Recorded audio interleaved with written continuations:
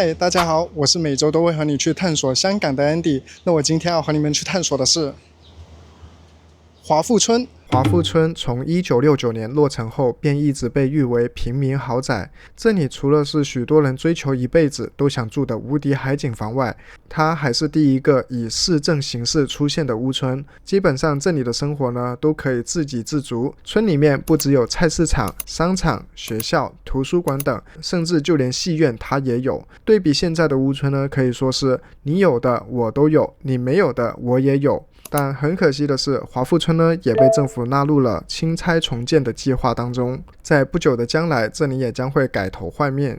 今天的路线我们会围绕着华富村探索，接着再和你们去探索一个和这里形成强烈对比的新区域，那就期待一下今天都会去哪些有意思的地方吧。那我现在的位置呢，就是在华富村的巴士站这里。那我今天要和你们去探索的就是这一个华富村。那我就先带你们去村里面逛一逛，然后呢，顺便介绍2个摄影师，就是来这里必打卡的点给你们。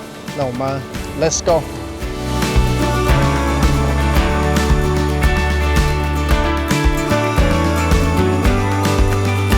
华富村除了是平民豪宅外，这个地方还是香港传出见到 UFO 最多的地方。在这几年间，不断的有居民称报说见到不明的飞行物体。也正是如此，这个科幻的都市传说呢，也被制作成了一部电影，那就是《再见 UFO》。那这部电影呢，也很争气的在第44届的金像奖里面取得了最佳电影的好成绩。当然的，在这里取景的影视作品也不少，例如有《下流上车族》、香港爱情故事、某日某月、逆流大叔等。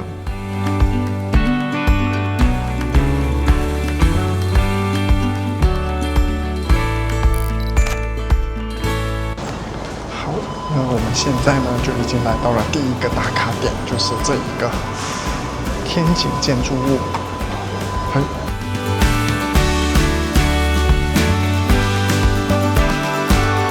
那我相信有看过我介绍彩虹那一期的朋友们，对于这个天井结构的建筑物肯定不陌生。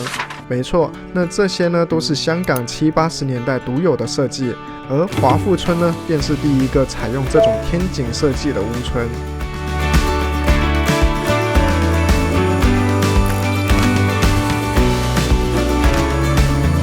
好，那我们终于走到了第2个打卡点，就是这一个圆形天桥。那这个圆形天桥呢，应该说除了铜锣湾之外呢，别的地方好像应该没有了。对，这个天桥除了是极其罕见的建筑物外，同时这个天桥还是许多摄影师必来打卡的点之一。从下往上看，像不像一个圆形的 UFO 正在接收下面的东西呢？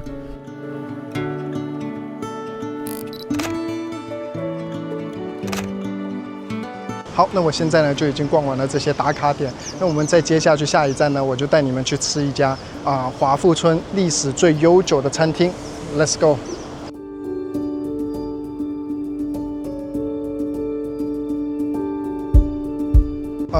有个很尴尬的地方出现了，就是我到了，然后也找到那家历史最悠久的宾士，但是他今天没有开门，今天是周2。那我只好去找另外一家吃个下午茶休息一下，因为现在这个天气真的是太夸张了。刚才手机给我警告是写着今天33度，然后是酷热天气警告。哇，那我们去吃个下午茶先。那我找到了第2家，就是这个华富宾士。那进去尝一下吧，看着很传統。係沙爹牛，然後飲凍係沙爹牛麵，然後凍檸茶，係小甜小冰，係咁多，唔該晒靚女。沙爹牛肉麵，哇哦，吃飯。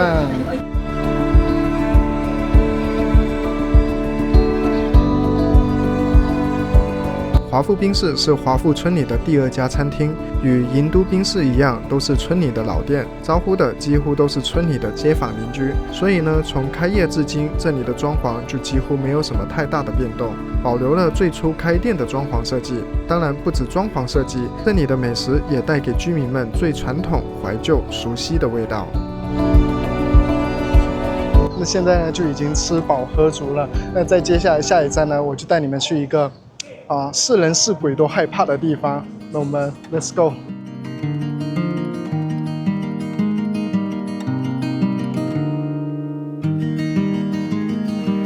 那我们走到了就是这里神象山。那神象山这里呢，前段时间就已经因为工程的原因呢，清走了一大批了，但现在还是留下很多很多。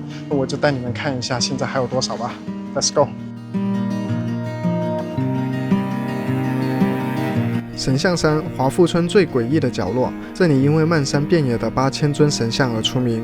而这个奇观的由来，其实藏着2个说法。第一个便是带有神秘色彩的说法，这座平民豪宅的前身便是基隆湾坟场和日治乱葬岗。在华富村建成后，这里便怪事频传，街坊邻居们为了住得安心，便纷纷在此安置神像镇邪。而第二个则是现实一点的说法，说是之前的居民呢，在搬离香港的时候，因为不忍破坏丢弃神像，便将神像摆在后山，结果左右邻居有样学样，不知不觉中这里的神像也越聚越多，最终便堆叠出了一座神像山。我想这大概就是老一辈常说的请神容易送神难。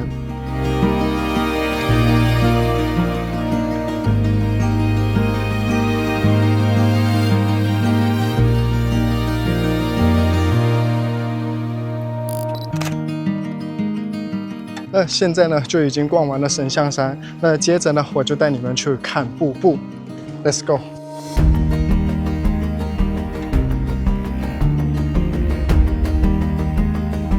那我们现在呢就已经走到了瀑布湾，但是呢瀑布湾这里现在是封住不给进去的，但是呢我又看下面呢是有人在的，那我也不知道他们是怎么下去的。那瀑布湾公园那边呢现在是被封住不让人进去，那它封住一定有它封住的道理嘛，那就不去做一些违法的事，比如说是翻越栏杆过去啊。那很刚好的呢，我为了拍摄这一期的视频呢是有买了一部无人机，那刚好我就用无人机的视角带你们去看一下这个瀑布吧。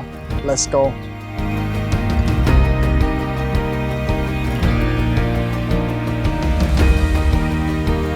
隐藏在闹市中的这个瀑布呢，在清朝的时候可是大有来头，它便是西南8景之一的鳌阳干瀑。在19世纪的时候，来往广州做生意的欧洲商船，他们都会停靠在这里避风，取这个瀑布的淡水作为补给。但也有学者认为，鳌阳干瀑并不在这，而是在西贡的良船湾州。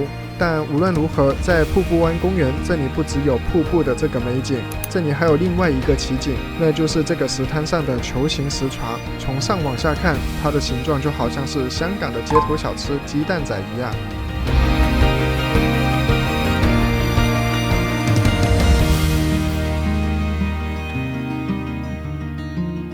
好，那现在呢，基本上把富华村呢就已经全部都逛遍了。那接着呢，我就要带你去一个这里附近，然后很高科技的新区域，是政府新开的一个区域。那我就带你们去看看吧。但是去之前呢，我有一个问题想问，就是富华村确实是很漂亮，然后你在家都可以看到海，就真的是无敌海景房嘛。但是这里的交通呢，也说实在是确实不方便，除了巴士之外是没有其他任何的交通可以到这里的。那如果是你的话，你会选择在这里居住吗？欢迎底下评论告诉我。那我们 Let's go。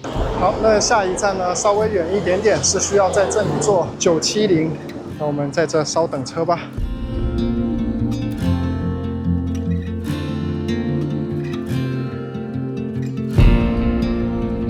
OK， 好，那我们到了，就是这一个政府现在正在开发的一个高科技的新区域——数码港。那我带你们进去数码港商场看一下有多高科技吧。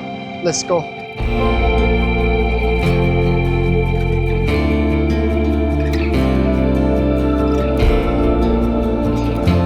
数码港它的构思其实来自1999年的财政预算案，当时的政府希望复制美国矽谷的模式，打造一个属于香港的高科技园区。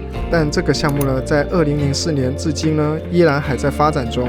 不过，即使还在发展中，也完全不影响一些好电影在这取景，例如《宝贝计划》、《保持通话》、《大事件》、《在一起》等多部电影。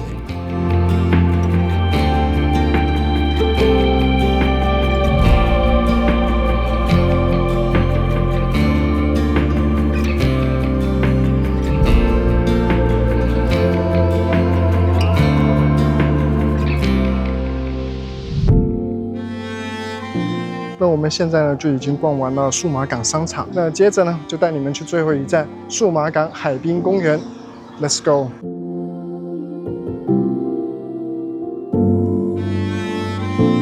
那因为进出数码港呢是真的很不方便的缘故，所以呢，如果你想找一个人少、安静，可以看海、看日落的地方，那这里呢就是最适合不过的了。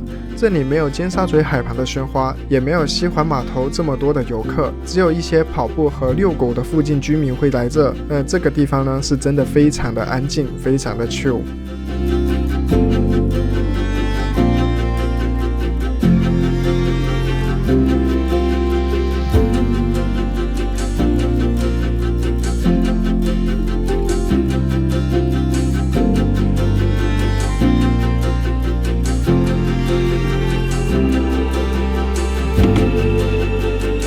好，那今天呢就已经是第2天了。那今天第2天呢，我决定就是拖家带口，我们一起去吃一下这个银都冰室。Let's go。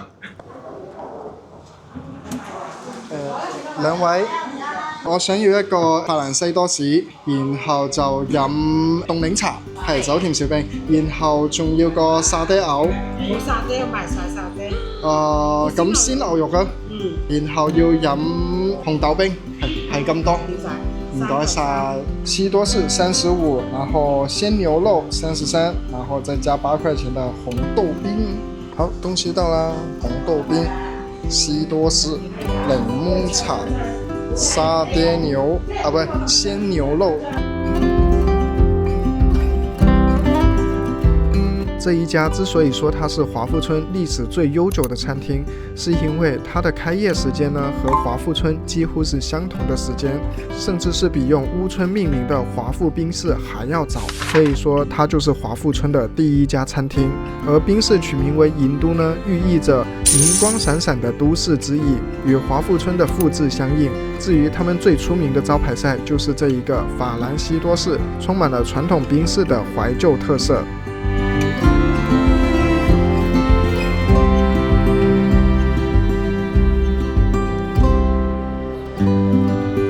温馨提醒，来这些老店吃饭呢，都是只收现金的。好，感谢你的收看，你的支持是我创作的最大动力，请帮我点个赞和关注，谢谢。那我是每周都会和你去探索香港的 Andy， 我们下周见，拜拜。